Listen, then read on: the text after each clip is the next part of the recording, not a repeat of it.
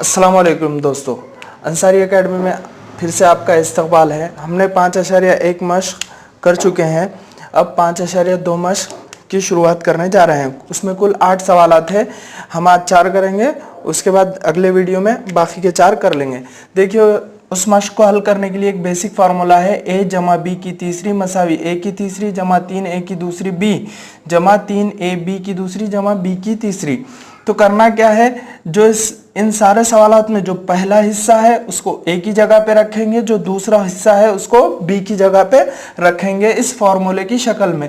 तो हमको जो हल करने के बाद शक्ल मिल जाएगी वो इस हिस्से की तौसीई सूरत होगी। तो करना क्या, देखिए पहला सवाल है, क्या है पहला सवाल, के जमा 4 खौस की तीसरी। तो हमें इस शक्ल में लिखना है, ए की जगह के लिखेंगे और बी की जगह ये 4 इस्तेमाल करेंगे। तो देखो क्या हो जाएगा, ए की जगह के है तो के की तीसरी जमा 3 ए की दूसरी बी है तो 3 का 3 ए की जगह के की दूसरी, फिर ज़रब बी है तो बी की जगह 4 तो 4 का 4 जमा फिर क्या है 3a b की दूसरी तो 3 का 3 a की जगह के b की जगह 4 की दूसरी, फिर जमा b की तीसरी है यानी 4 की तीसरी।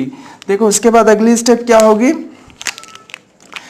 k की तीसरी तो एज इट इज लिखेंगे हम, ठीक है, जमा देखिए 3 ज़रब 4 क्या होता है 3 चौक 12, फिर k की दूसरी जमा देखिए 3 एज इट इज के ज़रब 4 का मुरब्बा होता है 16 जमा 4 का मुकब होता है 64।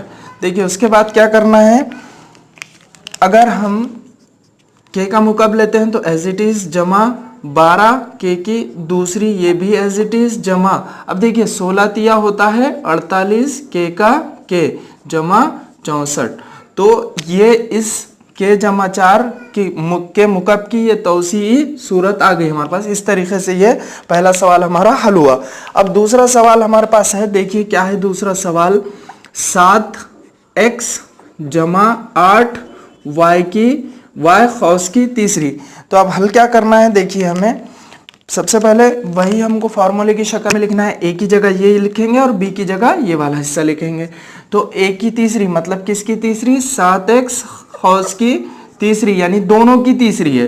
फिर उसके बाद जमा 3a की दूसरी मतलब किसकी दूसरी, 7x की दूसरी, फिर ज़रब b मतलब क्या है 8y, ठीक है ये लिख लिया हमने। उसके बाद जमा 3a b की दूसरी तो 3 की जगह 3 a की जगह 7x और b की जगह 8y की तीसरी, 3a की जगह 7x ज़रब b की जगह 8y की दूसरी, ठीक है।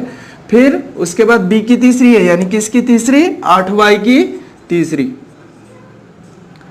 दोनों की तीसरी, 8y मतलब इस खौस की तीसरी, दोनों की तीसरी लिखना पड़ेगा हमको क्योंकि वो b की तीसरी बोल रहा है। b की तीसरी मतलब ये पार्ट हमारे पास b की शक्ल में है, ठीक है। उसके बाद क्या करेंगे, देखो 7 का मुकब होता है 343 और x की तीसरी एज इट इज जमा, ठीक है 3 और 7 का मुकब होता है 49 यानी 3 ज़रब 49x जमा 8y सॉरी ज़रब 8y जमा 3 सते 21x ज़रब 8 का मुकब 8 का मुरब्बा होता है 64, y की दूसरी एज इट इज जमा 8 का मुकब होता है 512 y की तीसरी, मुकब मतलब क्या, इसी अदद को 8 ज़रब 8 करेंगे 3 मरतबा तो हमको मिलेगा 512 और ये y की भी तीसरी है इसलिए y की भी तीसरी हम लिख देंगे, ठीक है।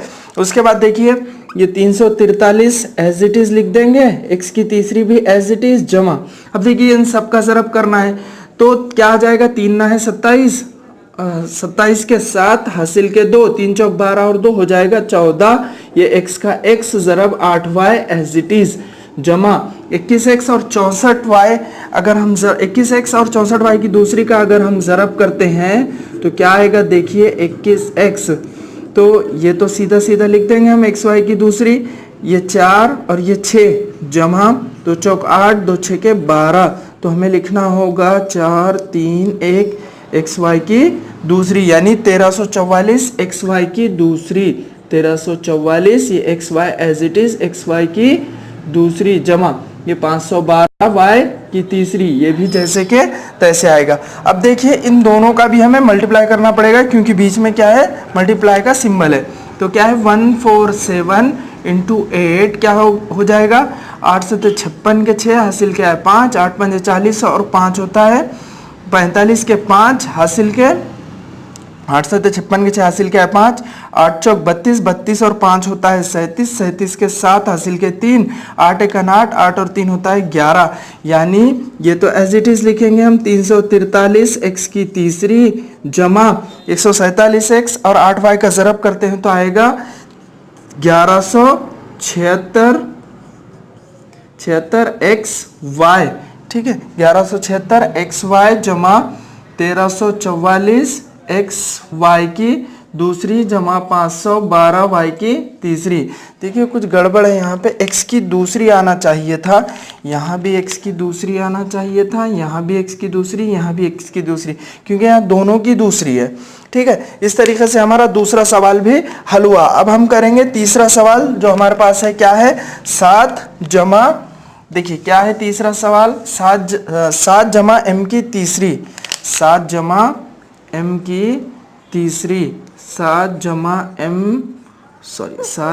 m की तीसरी क्या होगा, पहले ज़ाब्ते की शक्ल में लिखेंगे, यानी 7 की तीसरी जमा फिर 3a की दूसरी b, तो 3a यानी 7 की दूसरी ज़रब b यानी m, फिर जमा 3a यानी 7 b की दूसरी मतलब किसकी दूसरी, m की दूसरी ज़रब m की तीसरी, सॉरी जमा है यहाँ पे m की तीसरी, फार्मूले में जमा है हमारे पास। ठीक है, तो 7 की तीसरी मतलब कितना हो जाएगा, अभी हमने ऊपर लिए थे 343 जमा 3 ज़रब ये आ जाएगा 7 का मुरब्बा 49 और ये m एज इट इज जमा 3 सते 21 m की दूसरी जमा m की तीसरी।